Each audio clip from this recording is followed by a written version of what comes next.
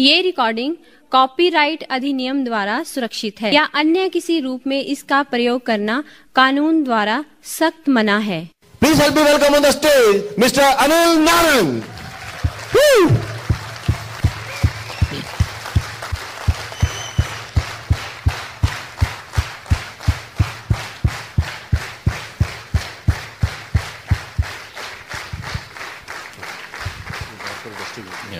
Thank you very much.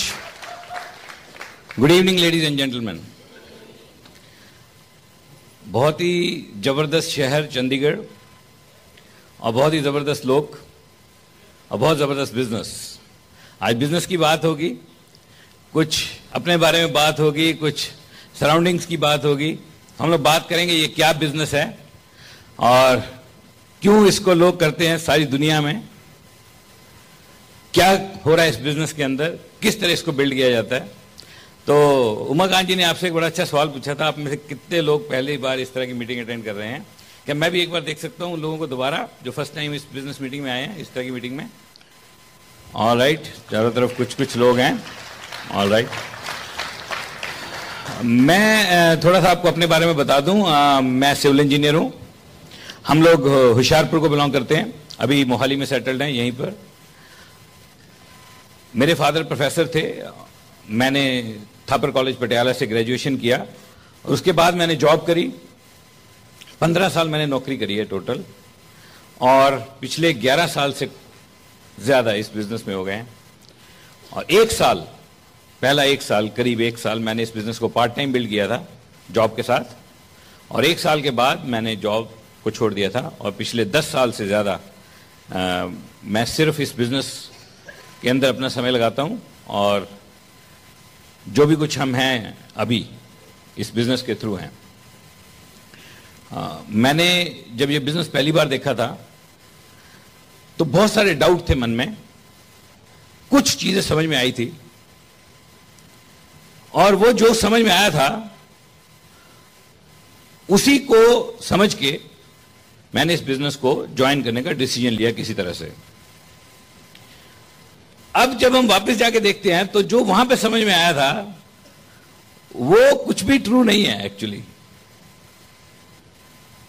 जो अब समझ में आया वो भी बदलता जा रहा है हर साल, कुछ और नया समझ में आता रहता है। तो बिजनेस बड़ा अमेजिंग है, इतना सिंपल बिजनेस है देखने में, लेकिन लगातार आप इसमें सीखते रहते हो और नया कुछ समझ में आता रहता है।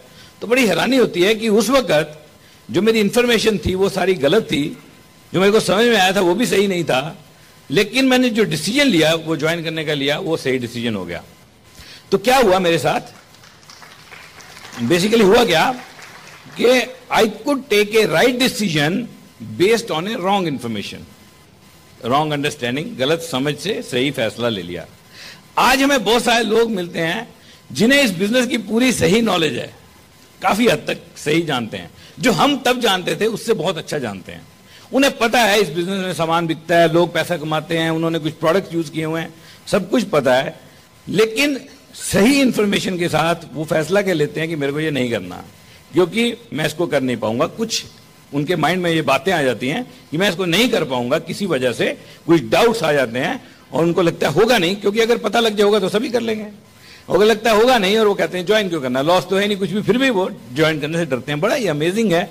और ये सब जो होता है ये कभी किसी की समझ में आने वाला नहीं है कि लोग क्या सोचते हैं और ज्वाइन नहीं करते, और क्या सोचते हैं ज्वाइन करते हैं। कितना सिंपल टॉपिक है, लेकिन इसके ऊपर कोई भी बंदा रिसर्च करके एक सही नतीजे पे नहीं पहुंच सकते। होता क्या है यार, लोगों को क्यों नहीं करते ज्वाइन यार? आफ्टर लॉस नहीं, इतना लॉजिकल बिजनेस है फिर भी नहीं करेंगे तो क्या होता है। लेकिन आज जब मैं सोचता हूं अपने बारे में तो मेरे को यह समझ में आता है कि उस दिन मेरे लिए अच्छा दिन था। मैं अगर वापस जाके देखता हूं तो मेरी जिंदगी में मैंने बहुत से काम किए होंगे, डिसीजन लिए होंगे लाइफ में, छोटे मोटे बड़े छोटे, और जब बंदा डिसीजन लेता है तो छोटा ही लगता है, अगर उसकी वजह से कुछ बड़ा हो जाए तो बड़ा लगने लगता है बाद में। लेकिन ये जो फैसला मैंने लिया था इस बिजनेस को ज्वाइन करने का, that decision has turned out to be the most important decision that I have ever taken in my life. मैंने अपनी जिंदगी में उससे बढ़िया डिसीजन कभी नहीं लिया, और वो दिन मेरे लिए सबसे बढ़िया दिन है आज, most important day of my life, क्योंकि उस दिन की वजह से और उस फैसले की वजह से सब कुछ बदल गया। मैं नौकरी नहीं कर रहा हूं, मेरा कोई बॉस नहीं है, और नौकरी में जितने पैसे कमाते थे उससे कई गुना ज्यादा पैसे कमाते हैं। नौकरी में जहाँ छुट्टियां में घूमने जाते थे उससे बड़ी अच्छी बेटर छुट्टियां मनाते हैं। 5 स्टार्स में रहते हैं, बिजनेस क्लास ट्रैवल करते हैं, तो दुनिया में घूमते हैं इकट्ठे, बहुत सारे डायमंड्स।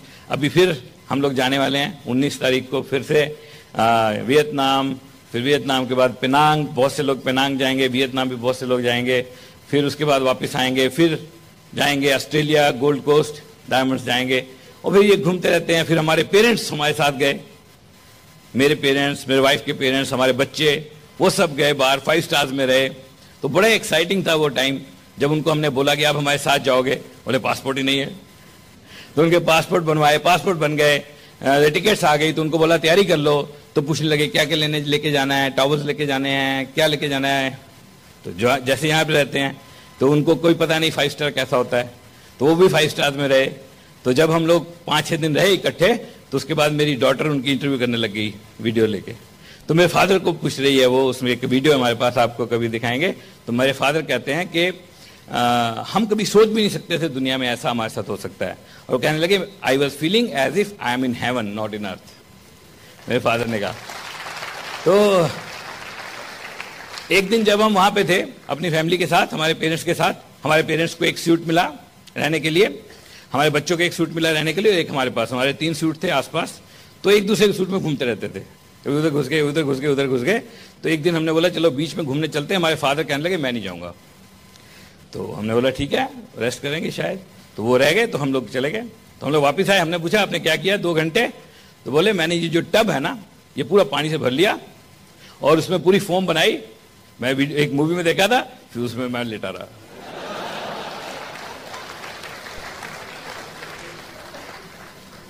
तो अगर आपके पेरेंट्स के साथ ऐसा हो तो आपको कैसा लगेगा?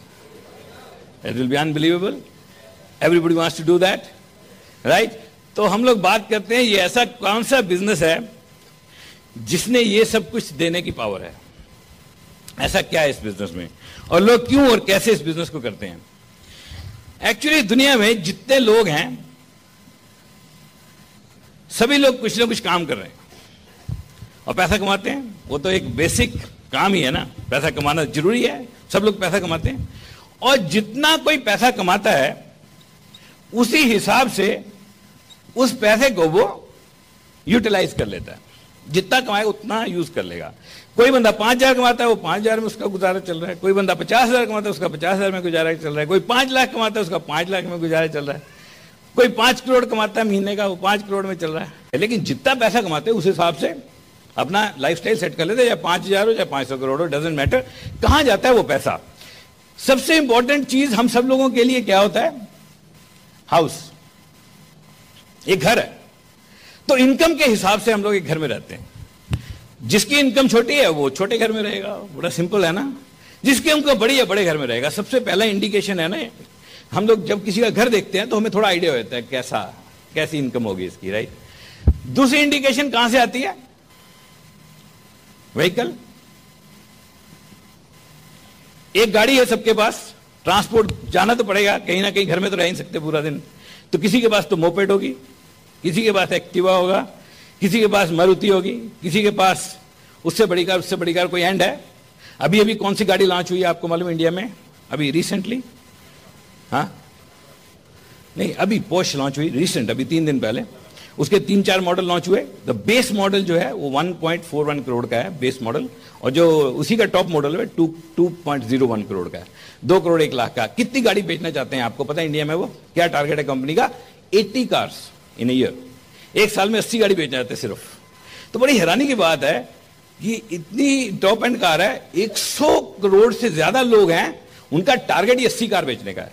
उनके पास 13 कंफर्म्ड ऑर्डर आ गए हैं। 13 लोगों ने वो कंफर्म ऑर्डर दे दिए हैं, और टोटल 80 बेचनी है। बस बनानी 80 बेच देनी है। अगले साल शायद 100 बेचेंगे, आई डोंट नो, लेकिन पहले साल का टारगेट क्या है? 80 कार्स बेचना, बेस मॉडल 1.41 करोड़। तो ये व्हीकल, कोई ना कोई व्हीकल एक आदमी रखता है और उसको उसके अंदर उसका खर्चा हो जाता है। उसके बाद तीसरा कहां से पता चलता है आदमी की कितने पैसे कमा रहा है? बच्चों के स्कूल। बच्चे स्कूल में जाते हैं और पता लग जाता है कौन से स्कूल में जा रहा है। किसी का बोर्डिंग में, उससे बड़े स्कूल में, स्कूल, कॉलेजेस, किसी का MBA करने की अगर बारी आएगी तो मे बी बाहर फॉरेन कंट्री और बड़े बड़े कॉलेजेस, कोई इंडिया में करेगा, कोई पास करेगा तो स्कूल्स में पता लगेगा। और कहां पे पैसा जाएगा? हॉलीडेज,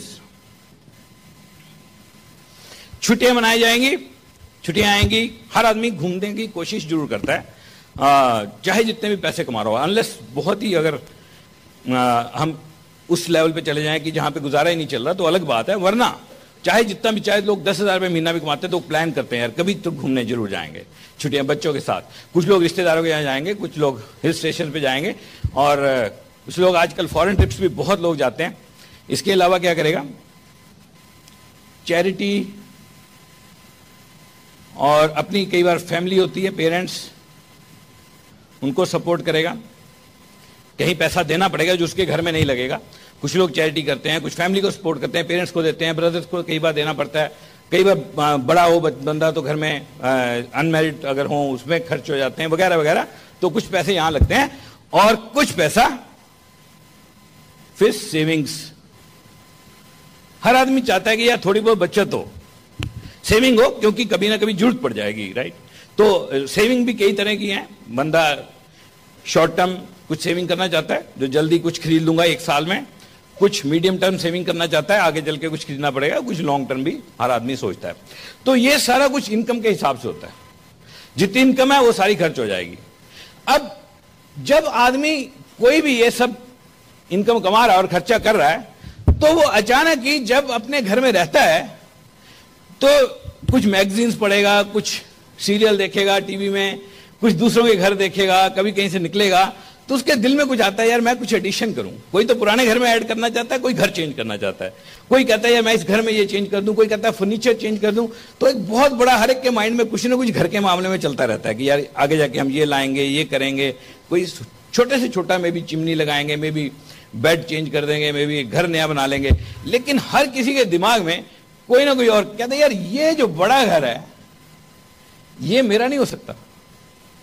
तो उसके बारे में बंदा सोचता रहता है कि यार ये घर बहुत अच्छा है, ये घर मेरे पास हो। अगर फिर एक व्हीकल आदमी चला रहा है और एक दूसरा व्हीकल देखता है तो बंदा कहता है यार ये वाला व्हीकल ये खरीदूंगा एक दिन। अगर मैं, कई लोग तो यहां तक कहते हैं कि अगर मैं जिंदगी में ये वाला व्हीकल खरीदा तो मेरे ड्रीम पूरे हो जाएंगे, अगर मैंने ये वाला व्हीकल खरीद लिया तो अपने आप को सक्सेसफुल मानूंगा। अभी पीछे एक बंदा है, उसकी इनकम रफली 15-16 हज़ार रुपये पर मंथ कमाता है, वो वोडाफोन में जॉब करता है। मेरे को मिला, मैंने उसको बिजनेस के बारे में बताया, तो मैंने उसको पूछा, मैंने कहा तू जिंदगी में करना क्या चाहता है, थोड़ा सा मेरे को बताएगा? कहता है मैं बहुत कुछ करना चाहता हूँ, मेरे बहुत बड़े सपने हैं। मैंने कहा क्या तेरा सपना है? सभी लोग कुछ इसी तरह का सोचते हैं। वो एक एवरेज बंदा है और मैं उसको पूछा, कहता है मैं बड़ी गाड़ी खरीदना चाहता हूँ। मैं कौन सी गाड़ी अच्छी लगती है? बोलता ऑडी। मैंने कहा कब तक लेना चाहता है तू? कहता मैं चाहता हूं अगले 5 साल में मैं ऑडी खरीद लूं। मैंने कहा जो तू जॉब कर रहा है उसमें पिछले 5 साल 10 साल के अंदर किसी ने ऑडी खरीदी? कहता नहीं। मैंने कहा फिर तेरे को लगता है तू खरीद लेगा वहां से? कहता नहीं। मैंने कहा फिर तू क्या करेगा? कहता इसीलिए मैं आपके पास बैठा हूं। तो मैंने कहा मैंने तेरे को बिजनेस बता दिया, तू तो जंप तो कर नहीं रहा, तू तो मेरे से सवाल पूछ रहा है, तेरे को डर लग रहा है, तू ज्वाइन नहीं कर रहा, तेरे को सारा बता दिया मैंने, तेरे को लगता है यहां से पॉसिबल है, पर तेरे को तो डर लग रहा है। या तो तेरा डर बहुत बड़ा है या तो तेरे सपने छोटे हैं, तू बता क्या है, क्या प्रॉब्लम है? कहता नहीं सपने तो बहुत बड़े हैं। मैंने कहा सपने अगर बहुत बड़े हैं तो डर उससे बड़ा है नहीं तो क्या करूं? मैंने कहा how can I help you, मैं तेरी क्या मदद कर सकता हूं, मेरे को बता। सपना बड़ा करने में मदद तो कर नहीं सकता, तेरा डर छोटा करने में थोड़ी सी मदद कर सकता हूं। उस बंदे ने ज्वाइन नहीं किया, लेकिन कहता है कि मेरा सपना ऑडी खरीदना है। अब उसके बारे में बात करेंगे क्यों नहीं किया उसने ज्वाइन, वैसे बाय द वे, और क्या हुआ अगर इसके इतने बड़े सपने हैं तो यहां पे लोगों ने पूरे किए हैं तो फिर भी नहीं। और बच्चों के बारे में सोचते हैं यार अगर बड़े स्कूल में डालना पड़ गया, फिर बड़े हो रहे हैं बच्चे, अगले कौन से स्कूल में डालेंगे? छुट्टियां मनाने के लिए हर आदमी अच्छे होटल में रहना चाहता है। किसको नहीं अच्छा लगता है यार मैं होटल में जाऊं, एकदम जबरदस्त कमरा हो, जबरदस्त बाथरूम हो, और दिन में 3 बार कमरे साफ कर दिए जाएं और बढ़िया बढ़िया खाने खाएं। हर कोई चाहता है लेकिन रह नहीं पाता, लेकिन सोचता जरूर है। और कभी ना कभी मैं एक बड़े होटल में रहूं और अपनी फैमिली के लिए, तकरीबन सभी लोग बड़ी चैरिटी, फैमिली सपोर्ट करना चाहते हैं, सेविंग तो हर किसी को अट्रैक्ट करती है, हर कोई चाहता है कि मेरे बैंक में अच्छे पैसे हों। अगर बैंक में अच्छे पैसे हों तो वही दाल रोटी ज्यादा स्वाद लगती है, वही चीज। कूल है माइंड, माइंड में एक सेटिस्फैक्शन है।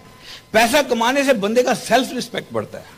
एक तो ये है, ये तो है फैक्ट, ये तो है ट्रुथ, रियलिटी है।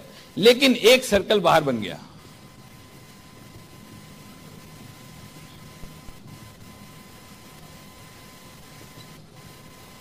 ये जो बाहर का सर्कल है ये क्या है? ड्रीम, सपने, डिजायर्स, क्या करना चाहता है। और ये जो बाहर जो और जो अंदर है, इसके बीच में क्या है? गैप। और इस गैप को पूरा करने के क्या चाहिए? पैसा। क्या पैसे के बिना ये गैप पूरा हो सकता है? अगर पैसा नहीं कमाएंगे छोटी गाड़ी से बड़ी गाड़ी आ सकती है क्या? नहीं आ सकती। तो पैसा चाहिए। तो ये जो गैप है ये दो तरह के रोल प्ले करता है। पहला, एक आदमी को बहुत जबरदस्त तरीके से एम्बिशियस बना देता है, मेहनत करने को तैयार, काम करने को तैयार, ready to work, right, hard working. एक इंसान बाय नेचर एक्चुअली लेजी है।